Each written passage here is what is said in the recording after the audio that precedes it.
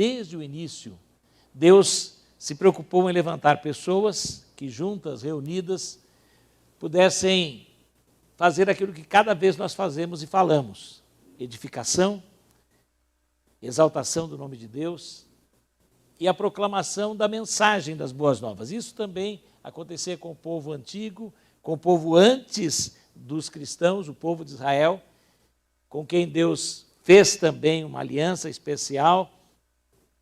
E aquele povo se reunia, tinha uma forma de culto, e nós vamos ver daqui a pouco que naquele culto Deus colocava líderes para que ensinassem, instruíssem e pedissem a bênção dele. Depois, quando Deus reúne a igreja, Deus levanta também líderes desde o início. Jesus Cristo nunca fez nada sozinho. Uma das primeiras ações de Jesus foi reunir seguidores, discípulos, organizá-los. Por isso que a igreja existe desde o início do ministério de Jesus. Sempre houve ajuntamento. A palavra igreja, eclesia, assembleia, reunião, pessoas juntas que se ajudam mutuamente, mas com lideranças. E Jesus preparou essa liderança. São os seus discípulos próximos, que depois são chamados de apóstolos, os enviados para conduzir o povo de Deus. Eles recebem a revelação, começam a ensinar as pessoas, revelação que chega até nós com os livros que nós chamamos de Novo Testamento ou Nova Aliança.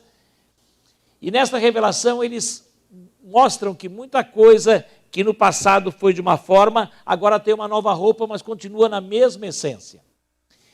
E quando as reuniões eram encerradas, assim como nas reuniões judaicas, a princípio no templo e depois nas sinagogas, aquele que liderava pedia uma bênção especial para o povo. No final das cartas, nós não temos exatamente como eram as reuniões cristãs, mas vamos encontrar isso já no segundo século. Mas no final das cartas dos apóstolos, que nós chamamos de epístolas, a gente vai encontrar, no final de cada carta, uma saudação e um pedido de bênção especial de Deus.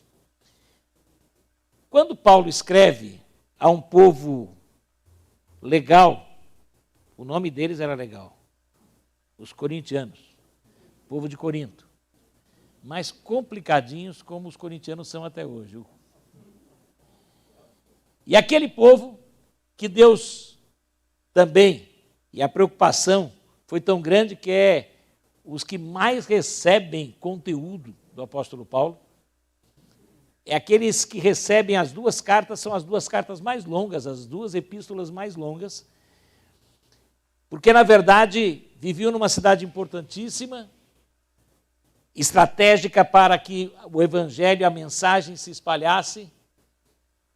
Viviam numa cidade que era materialmente próspera, mas com muita idolatria, muito paganismo, uma vida de promiscuidade muito grande, uma vida muito parecida com a vida nas grandes cidades nossas de hoje em dia. Por isso, o que a gente vai encontrar de igreja mais próxima da igreja e a realidade mais próxima da nossa é a cidade de Corinto e a igreja de Corinto. Por isso que a gente se identifica tanto com ela. Mas na segunda carta, alguns acham que ele teria até escrito uma outra no meio, mas esta é a segunda que nos chegou. No encerramento dela, o apóstolo Paulo vai fazer e orar de uma forma diferente do que ele orava em todas as outras cartas.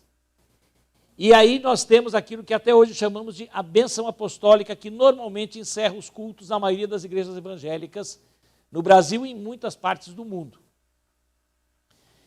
Na tradução que eu tenho, é o versículo 14 da segunda carta no capítulo 13, o último capítulo, o último versículo. Em muitas versões é o versículo 13. Não é que as versões tiraram um versículo ou acrescentaram um versículo, não é isso. É que nas versões que só tem o 13, o final do versículo 12 é igual, é um versículo só. Nas versões que tem 14, eles dividiram o 12 em duas partes. A diferença só está nessa, é a divisão. Mas o conteúdo é o mesmo. E a bênção, que é muito conhecida de todos, vamos recitá-la juntos? A graça do Senhor Jesus Cristo, o amor de Deus e a comunhão do Espírito Santo sejam com todos vocês. Amém? Esta é a nossa oração. A gente faz no final, mas podemos fazer no início também. Que ela esteja conosco na compreensão de tudo que a palavra de Deus nos quer dizer.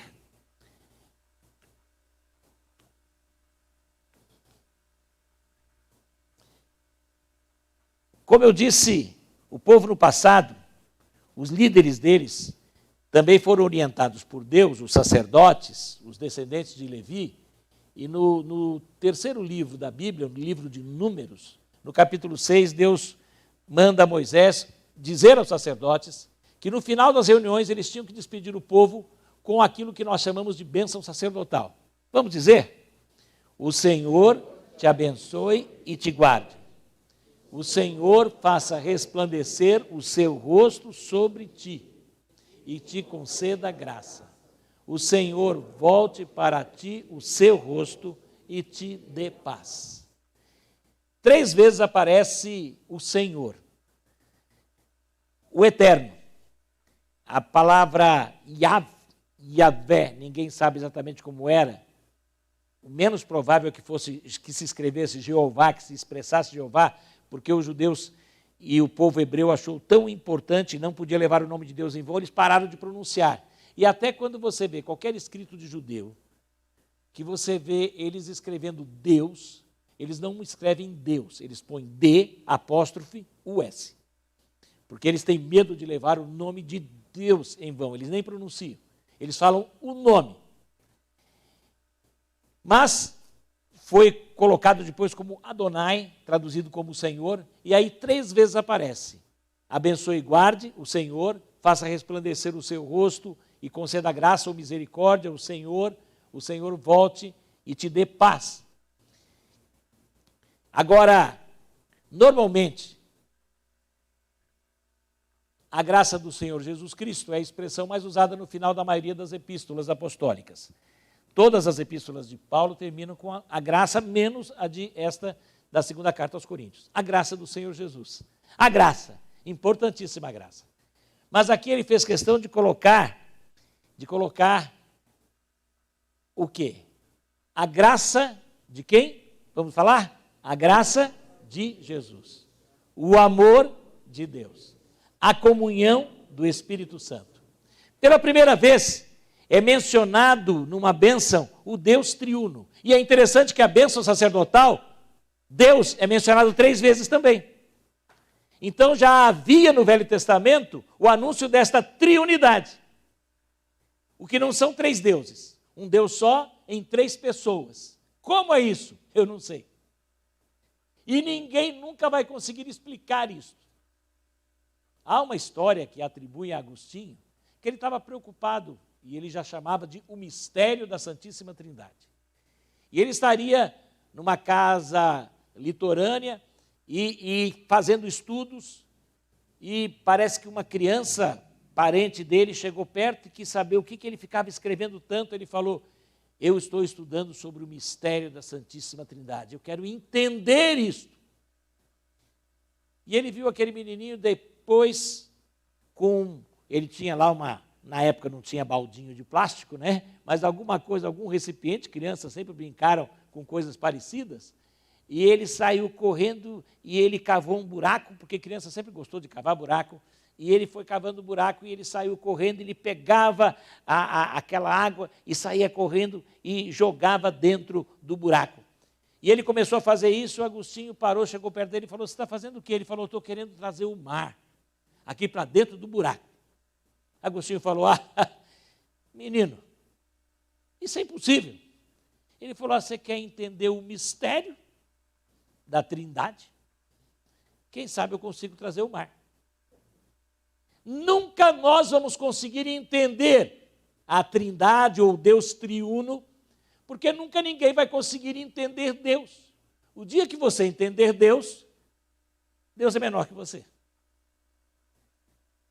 Por isso, sempre haverá mistérios, segredos, coisas que serão reveladas depois.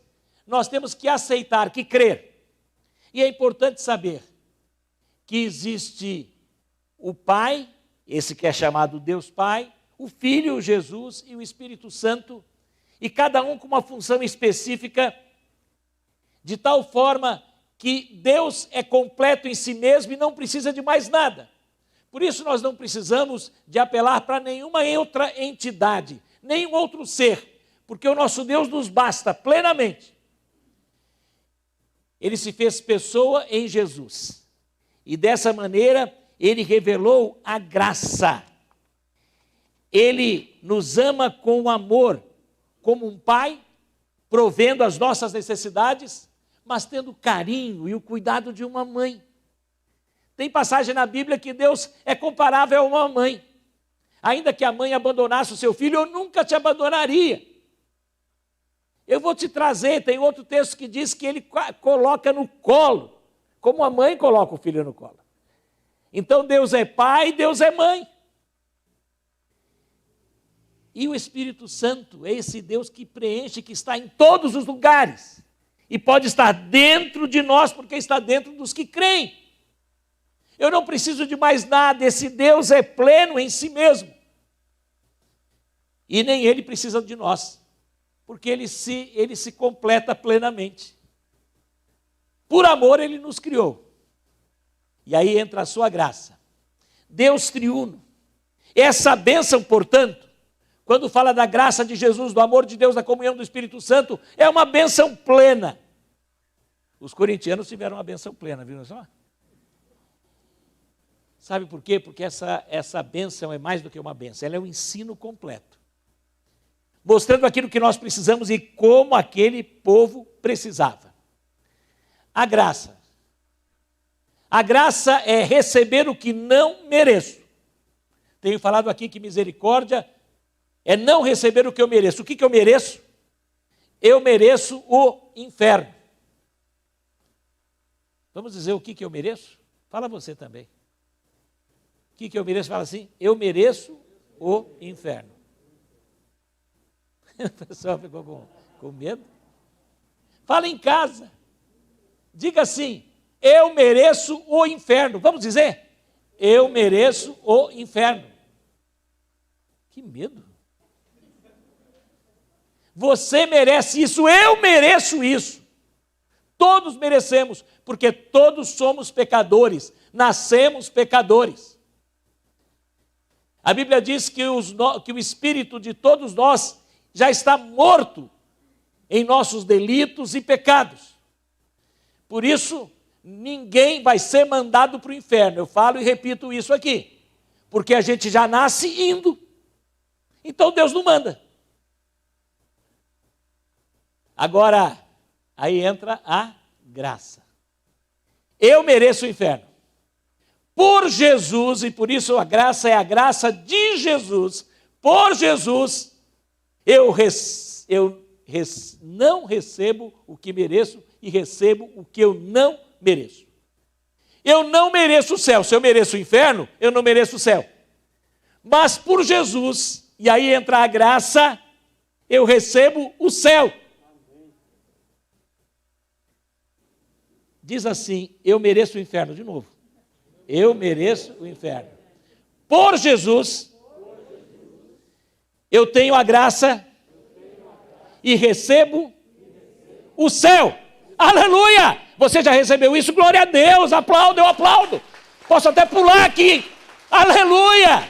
É a maior bênção. Essa é a bênção incomparável. Você pode estar com Covid, você pode estar com qualquer problema, a neta no hospital, não importa o que, você é salvo, aleluia! É a bênção incomparável. Só por ela você deveria agradecer todos os dias. Você que já recebeu Jesus como seu Salvador. Se você não recebeu, você está indo para o inferno.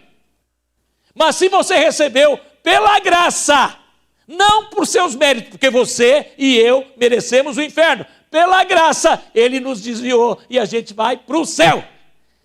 Aliás, ele já está na gente e o céu está na gente. A salvação está na gente, a vida eterna está na gente. 1 João 5:12 diz que quem tem o Filho, Jesus tem o quê? A vida. E aí, inclusive, diz por que a Bíblia foi escrita. Estas coisas eu escrevi para vocês, diz lá o versículo 13 de 1 João 5, para que vocês que creem no nome do Filho de Deus, saibam que já têm a vida eterna. Amém. Não vai ter, já tem. Por isso você pode agradecer e você pode dizer, eu estou salvo. Se você tem Jesus, você pode dizer, eu estou salvo. Se você tem Jesus, você pode dizer, eu vou para o céu. Você em casa também. Você que tem Jesus, levanta sua mão e diga, eu estou salvo. Quem tem Jesus, levanta a mão e diga, eu estou salvo. Por Jesus. Por Jesus. Eu vou para o céu. Aleluia de novo. Glória a Deus. Sim, isso é graça. Isso é graça. Pela graça vocês são salvos. E você não faz nada. Você, mas eu tenho que ter fé. Não, você não tem, ele te dá a fé. Por meio da fé. A fé é a mão estendida. É aquele homem que mendigava na praça, numa capital europeia antiga, quando passava um príncipe, diz que de vez em quando ele saía para exibir a sua riqueza, ele andava no meio do povo, ia lá no centro. Aquele príncipe, ele não era o rei, ele era o príncipe, um dos príncipes, ele gostava, e aquele era, sabe, aquele camarada, o Cheguei da Silva, ele era assim, me perdoem os Silvas presentes, Cheguei de Oliveira, né? É o Cheguei de Oliveira, eu posso falar. Então, ele chegava, ele fazia. Um dia, tinha um velhinho lá, que ele nem olhava, aquele velhinho, porque na época não tinha nenhum tipo de assistência social, aquele país não tinha, e ele ficava ali, uma esmola. E ele percebeu um dia que aquele velho estava mais fraco, mais velho. E ele parou na frente do velho. O velho olhou para ele e ficou assim. E ele virou para o velho. Você sabe que eu sou o príncipe. Aí ele mexeu no anel de brilhante que ele tinha, um anel de ouro, com brilhante. E ele falou, você acredita na minha palavra? Eu sou o príncipe. Ele disse, acredito. E ele disse, eu vou lhe dar esse anel. Os guardas dele olharam de lado, o auxiliar dele. Ele falou, eu quero dar o anel, eu vou dar o anel. Se você acredita, estende a mão. O velhinho estendeu a mão. E ele fez assim, o velhinho fez assim. Os guardas quiseram, ele falou, não. Ele acreditou em mim. Ele recebeu. Sabe, eu era assim. Apesar de novinho, eu já era um pecador. Assassino porque eu queria que os pais das crianças morressem porque eu não tinha meu pai. Eu era um assassino. Se eu não tivesse Jesus, eu acho que não sei o que eu faria. Mas com 8 anos, eu ouvi e prestei atenção em Jesus. E aí, eu estendi a mão, porque foi isso que falaram para mim fazer. Um pastor que falava meio esquisito, porque ele falava grego, Vassílios, ele falou, quem quer aceitar Jesus, levanta a mão. Eu levantei a mão. E naquele dia eu recebi o presente da vida eterna. Fé nada mais é do que estender a mão. Então nós não fazemos nada, ele já fez tudo. Graça, a graça de Jesus, favor imerecido. Jesus Cristo é o maior presente. E ele é fruto do quê? Ele é fruto do amor. João 3,16, quem sabe fala comigo? Porque Deus amou o mundo de tal maneira. Fala em casa também, vamos falar de novo juntos? Porque Deus amou o mundo de tal maneira que deu o seu Filho unigênito, para que todo aquele que nele crê não pereça, mas tenha a vida eterna. O amor de Deus fez com que ele exercesse graça, tivesse misericórdia, exercesse graça, enviasse Jesus, é o grande presente. Ele tomou a iniciativa, nós amamos porque ele nos amou primeiro. Ele quem se aproximou. O amor dele é amor incondicional, é amor de verdade. E o amor verdadeiro é Deus, porque Deus é amor. Deus é a fonte do amor. A graça de Jesus, o amor de Deus. E tudo isso só é possível pela participação do Espírito Santo, que promove comunhão, koinonia. E koinonia é participar. Koinonia é participação mútua, aqui é traduzido como comunhão. Em grego é koinonia, é a participação mútua, é a cooperação de todos. Espírito Santo é o promotor da verdadeira comunhão, da comunhão entre nós e o Pai através do Filho Jesus. Esta bênção que é, na verdade, o ensino completo de Deus sobre como devemos ser. Porque a igreja de Corinto a recebeu. E a única carta em que Paulo encerra, e foi a última carta, talvez tenha sido a terceira ou a quarta, alguns estudiosos acham que poderia ter havido outras duas. Esta carta, ao encerrar, ele faz questão de mostrar àquele povo que achava que era alguma coisa, que eles não eram nada. Que eles dependiam da graça de Jesus.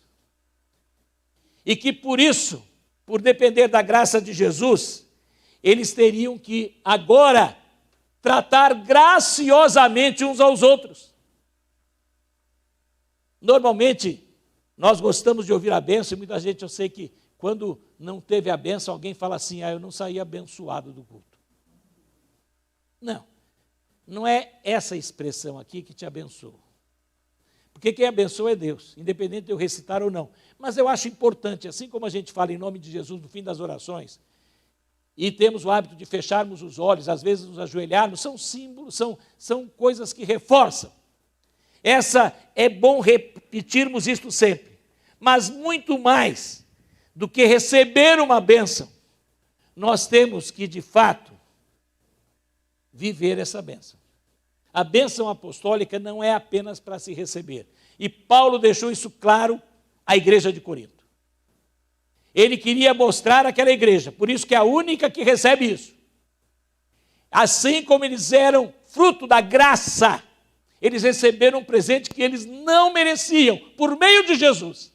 Agora, eles tinham a obrigação de se tornarem canal de graça e tratar os outros com a graça também. Sim. Mas fulano não merece que eu dê atenção para ele. Você que foi alvo da graça de Deus nunca deveria falar isso acerca de ninguém.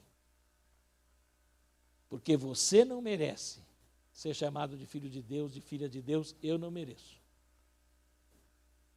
Então, assim como ele, mesmo sem eu merecer, exerceu graça, dando o que eu não merecia, eu tenho que exercer graça com aquelas pessoas que às vezes foram infiéis, foram desleais comigo, que às vezes me traíram. E sabe onde isso tem que começar? Onde que a graça tem que ser exercida por você? Na sua casa, no seu lar, na sua família. Talvez não seja ali nessa família pai, filho, mãe, filha, o pai, mãe, mas a família maior, os parentes. A gente sempre tem um parente meio aqui na garganta. Acho que é a minha família que tem esse problema, vocês não têm. Mas talvez eu tenho, às vezes tem alguma coisa que, pode ter, porque nós somos humanos. E nós temos que exercer graça. Fulano nem liga para mim, fulano me despreza. Lembra do último almoço? Ele nem olhou, nem me cumprimentou. E o que nós fazemos com Deus no nosso dia a dia? Nós que nos dizemos salvos. Quantas vezes que a gente nem dá bom dia para Deus? Nem ora quando acorda. E na refeição, parece que é antiga, eu não sei se já passei dos 60, sou idoso. Eu acho que não sei se a gente era menos, mas eu acostumava que toda casa de crente a gente orava antes das refeições. Mas de vez em quando eu vou, e em casa a gente orava até na hora de comer o docinho ali. Agora tem gente que, uma vez eu fui na casa de um e ele não orou, eu falei, irmão, ele falou, não pastor, eu oro no fim, sozinho. Se me fizer bem a comida. Eu falei, A Bíblia diz que é para receber com ação de graças para não fazer mal. Com ação de graças, sem saber. Obrigado, Senhor. Uma vez eu fui participar de um aniversário e a pessoa falou, agradeço, pai, esse bolo, que ele não faça mal. Eu agradeço pelo bolo e eu creio que Deus não vai deixar fazer mal. Mas agradecer. Sim, E nós temos que exercer a graça, reconhecer. E temos que fazer isso com as pessoas, e às vezes nós nem fazemos isso com Deus. E Deus ainda assim nos trata e nos chama de filhos, e não perdemos a salvação por isso. Dessa maneira nós devemos estar vendo os outros também. Pode ser na família, pode ser no trabalho, pode ser no trânsito. Aquele cara que te fecha, que depois põe o dedo assim para cima para cumprimentar você. Pode ser. E o que você vai fazer? Deus me trata com graça, mesmo sem eu merecer. Eu tenho que tratar a todos graciosamente. Não merece, isso é graça. Isso é graça. E na igreja também, até na igreja a gente precisa de graça.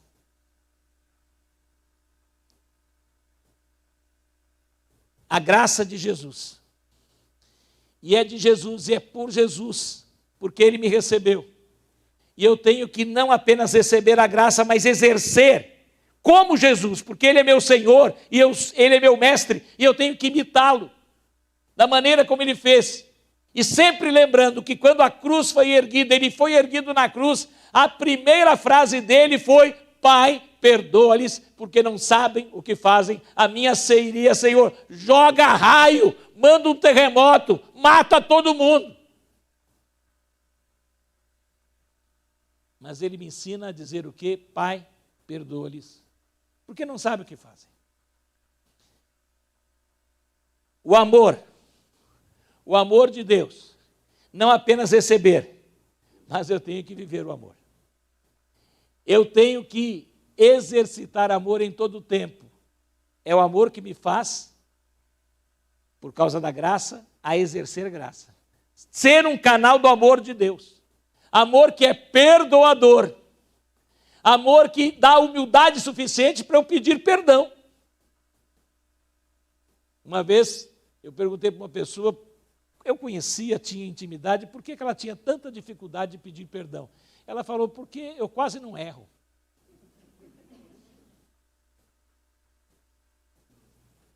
Humildade para reconhecer que erra. E que você precisa ser perdoado, e por isso você precisa perdoar, porque Deus te perdoou sem você merecer. Amor incondicional. Perdão incondicional. Eu tenho que viver o amor. E eu tenho que ser, assim como o Espírito Santo é o promotor da comunhão, eu tenho que promover comunhão pela graça e com amor. Eu tenho que promover comunhão na minha família, comunhão no meu ambiente de trabalho. Eu tenho que promover comunhão na igreja. Mas é engraçado que a gente está esperando que os outros façam alguma coisa. E o que você tem feito? O que eu tenho feito? Para aumentar a participação, a comunhão, a cooperação. Portanto, a bênção apostólica é muito mais do que uma oração no fim do culto. A bênção apostólica é algo que eu tenho que sair com ela do culto e vivê-la durante todos os dias da semana. Eu tenho que viver todos os dias pela graça e com a graça. Eu tenho que viver lembrando que Jesus é o maior presente. Eu tenho que ser presente levando o presente para os outros. Eu tenho que viver todos os dias confiado no amor de Deus e amando como Deus me ama. E eu tenho que sempre procurar ser agente e promotor da comunhão, que é aquilo que me faz participar do amor e da graça de Deus pelo Espírito Santo. E o Espírito Santo está em você, o Espírito Santo está em mim, e Ele nos capacita a fazer isso, a exercer graça, a viver o amor e a promover comunhão. Amém? Você tem o Espírito Santo? Se você tem Jesus, você tem o Espírito Santo. Então diga: eu tenho o Espírito Santo. Eu tenho que exercer graça, viver o amor e promover comunhão. De novo, você em casa também. Diga assim: eu tenho o Espírito Santo. Vamos dizer? Eu tenho que exercer graça, viver o amor e promover a comunhão. Amém? Aplauda o Senhor por isso, porque você vai fazer isso essa semana. E eu convido, se você quer realmente viver isso, fique em pé agora. Nós vamos orar.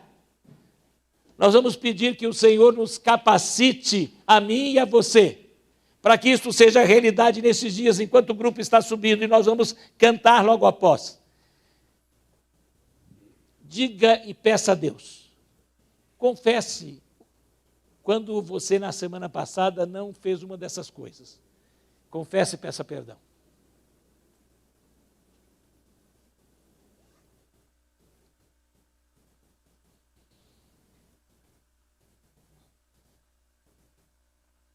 Confessou, pediu perdão, agradeça, aleluia.